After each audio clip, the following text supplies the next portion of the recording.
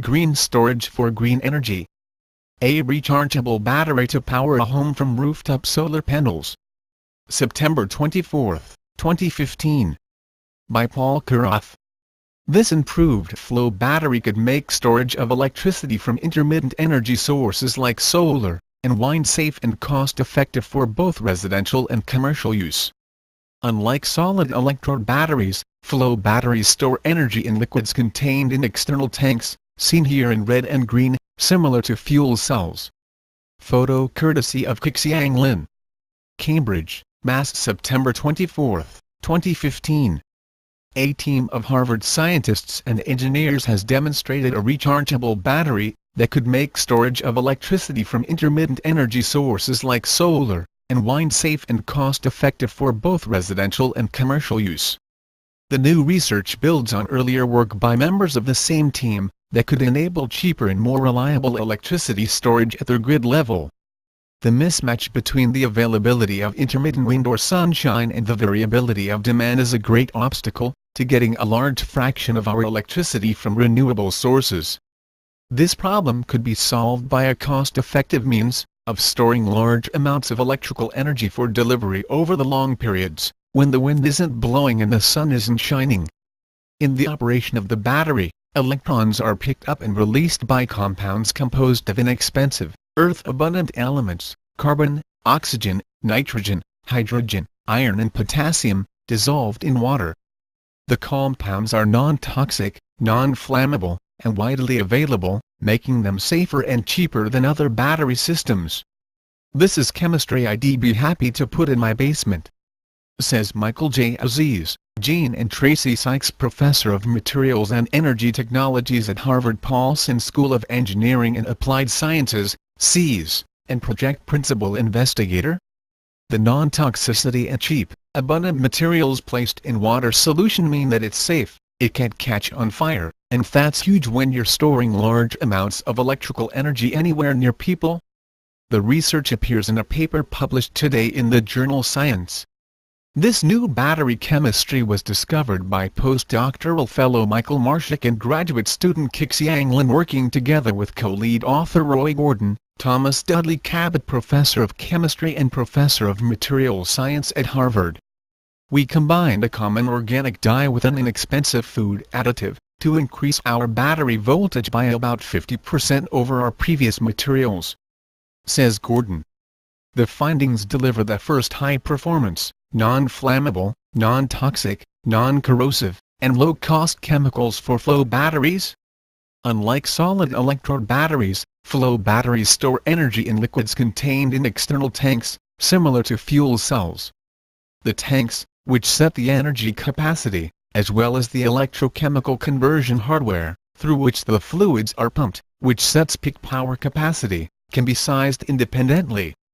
Since the amount of energy that can be stored can be arbitrarily increased by scaling up only the size of the tanks, larger amounts of energy can be stored at lower cost than traditional battery systems. The active components of electrolytes in most flow battery designs have been metal ions, such as vanadium dissolved in acid. The metals can be expensive, corrosive, tricky to handle, and kinetically sluggish, leading to inefficiencies. Last year, Aziz and his Harvard colleagues demonstrated a flow battery that replaced metals with organic, carbon-based molecules called quinones, which are abundant, naturally occurring chemicals that are integral to biological processes like photosynthesis and cellular respiration. While quinones in aqueous solution formed the negative electrolyte side of the battery, the positive side relied on a conventional bromine-bearing electrolyte that is used in several other batteries. The high performance and low cost of the technology, which Harvard has licensed to a company in Europe, hold the potential to provide scalable grid-level storage solutions to utilities. But bromine's toxicity and volatility make it most suitable for settings where trained professionals can deal with it safely behind secure fences. So the team began searching for a new recipe that would provide comparable storage advantages, inexpensive, long-lasting, efficient, using chemicals that could be safely deployed in homes and businesses. Their new battery, described in a paper published today in the journal Science, replaces bromine with a non-toxic and non-corrosive ion called ferrocyanide. It sounds bad because it has the word cyanide in it, explains co-lead author Marshak, who is now assistant professor of chemistry at the University of Colorado Boulder. Cyanide kills you because it binds very tightly to iron in your body.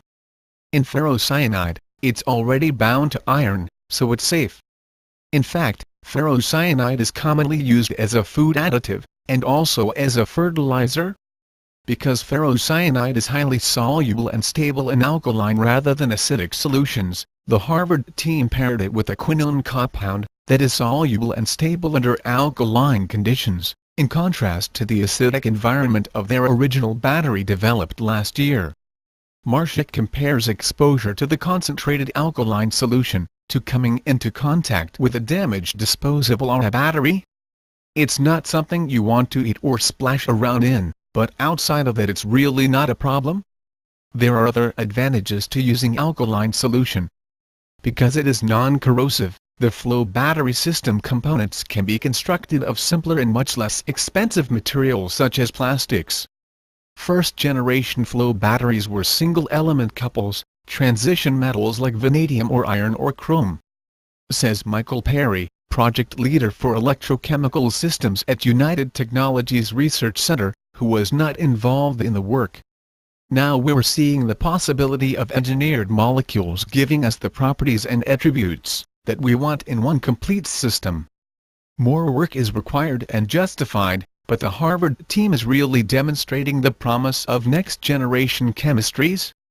Robert F. Sabanel, Distinguished University Professor and George S. Dively Professor of Engineering at Case Western Reserve University, another battery expert, who was not part of the Harvard research, agrees that the new technology offers significant advantages over other flow batteries concepts, including potential very low costs with sustainable materials, high efficiencies at practical power densities, and safe and simple operation.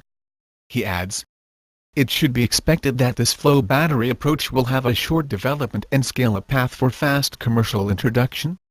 Harvard's Office of Technology Development has been working closely with the research team to navigate the shifting complexities of the energy storage market and build relationships with companies well positioned to commercialize the new chemistries. The demand for battery storage is driven by regulatory factors as much as economic ones. In some states, as well as many parts of the world, if it can't be instantaneously used by meeting electricity demand, solar energy incident on solar panels goes to waste unless the electricity is stored. However, in many states, customers have the right to sell electricity produced by rooftop solar panels at high consumer rates under a regulatory scheme called net metering. Under those circumstances, consumers have little incentive to install batteries. But market experts like William W. Hogan, Raymond Planck Professor of Global Energy Policy at Harvard Kennedy School, believe that such policies are ultimately uneconomic and unsustainable. And as more and more homeowners install solar panels, utilities are opposing requirements to buy electricity from their customers. Hogan says net metering is one of a series of regulatory gimmicks designed to make solar more attractive, and predicts that eventually consumers with rooftop photovoltaic panels will lose the option of exchanging electricity for discounts on their utility bills. When that happens, these homeowners have an incentive to invest in battery storage. That's the emerging market opportunity that Tesla Motors entrepreneur Elon Musk hopes to leverage with his company's recently announced Powerwall system. But the flow battery design engineered by Assis and his Harvard colleagues offers potential advantages in cost and the length of time it can maintain peak discharge power compared to lithium batteries. This has potential because photovoltaics are growing so fast. Assis says, a cloud comes over your solar installation and bam, the production goes crashing down. Then the cloud goes away and the production goes shooting up. The best way of dealing with it is with batteries. In addition to Assis, Gordon, Marshak, and Lin, co-authors of the science paper include King Chen, Michael R. Gerhardt, Lia Xuan Tong, Sang Ba Kim, Louise Eisenach, Alvaro W. Vale, and David Hardy. This work was supported in part by the U.S. Department of Energy's Advanced Research Project Agency.